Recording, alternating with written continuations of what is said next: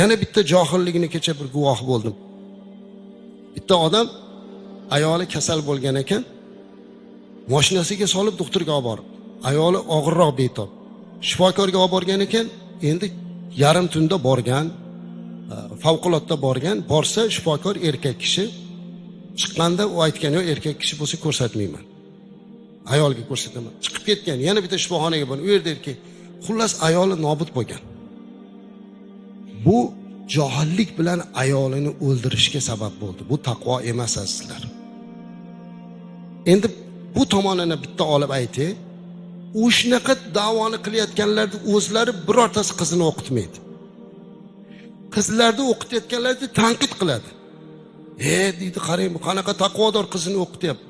Birodar, asli sizga o'xshaganda xotinini, qizini davolataman deb o'qityapti. Unga rahmat aytish kerak.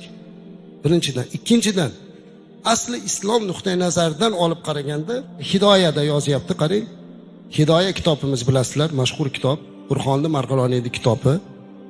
Mani gapim emas bu. Burxonli Marg'iloniy rahmatullohi alayhining gaplarini o'qib beryapman. Va yajuzu lit-tabibi an yanzura ila mawdi'il marad minha lid-darura.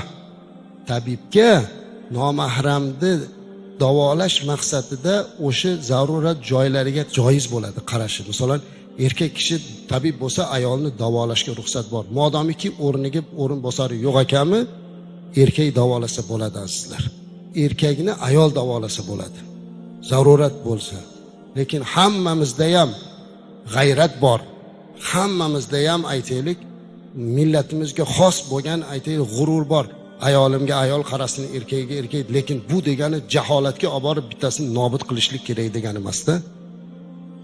Qolaversa, amaliyotlarda o'sha operatsiya o'tkazishlikda bechora shifokor u ming Alloh deb turadi u yerda qo'rqib.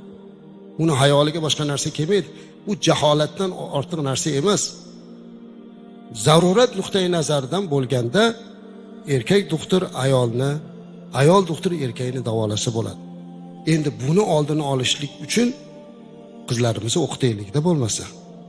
Ta'lim beraylikda azizlar. Qaysi sohada bo'lmasin. Doktor qilaylik, boshqa sohalarda ham qilaylik. Chunki kerakmi? Kerak, hamma sohada ayolning yordami. Talab qilyapmiz u. Demak, o'qitaylik. Shunda jamiyatdagi nomutanosiblik yo'qoladi. Lekin kechirasizlar, u agar bunday qiladigan bo'lsa, bu taqvo emas, bu jaholat. Men bundan bir necha yil burun bir janozaga borganimda, meni chekaga tortib turmush o'rtog'i, meni ayolim shu darajada taqvoligidiki, bir kasallik bilan olamdan o'tdi. Shu kasalligini xijolatlik joyida bo'lganligi uchun erkak doktorga ko'rsatishdan yuz o'girib, qon ketish bilan o'lishga rozi bo'ldi deb. Bu taqvo emas, bu jaholat. Mayli bu onaxon taqvoda turgandir, lekin jamiyat nima deydi qiyomatda? Men aytdim, otaxon, siz nima deysiz qiyomatda? Men nima deyman domla bo'lib turib, ertaga qiyomatda shu narsani aytmasam. Shuning uchun bu jaholat azizlar. Buni taqvoga aralashtirish kerak emas. Taqvo ilm bilan, ma'rifat bilan, amal bilan, go'zal xulq bilan bo'ladi.